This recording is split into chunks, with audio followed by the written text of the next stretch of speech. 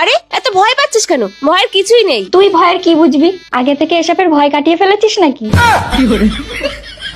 এই কি হয়েছে রে? কি আর হবে, তোমার নাতনি সোহাগ রাতে ভূতের ভয় পাচ্ছি। ও বুঝেছি, তাহলে তুই যা, আমি দেখছি।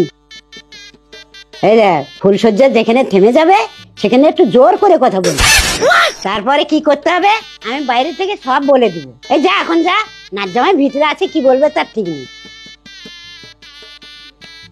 আরে প্রিয়তমা, তোমার আসতে এত দেরি হলো কেন? আমার কখন থেকে চুলকাচ্ছে। আরে আরে খারাপ ভেবো না, ভেতরে এত মশা, এত পরিমাণ কামড়েছে, সারা গা চুলকাচ্ছে।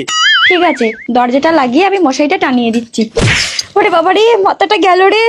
ও, আসল জিনিসটাই তো চলে গেছে। নাতনি চেঁচাই না, মাথা যখন গেছে বাকিটাও চলে যাবে।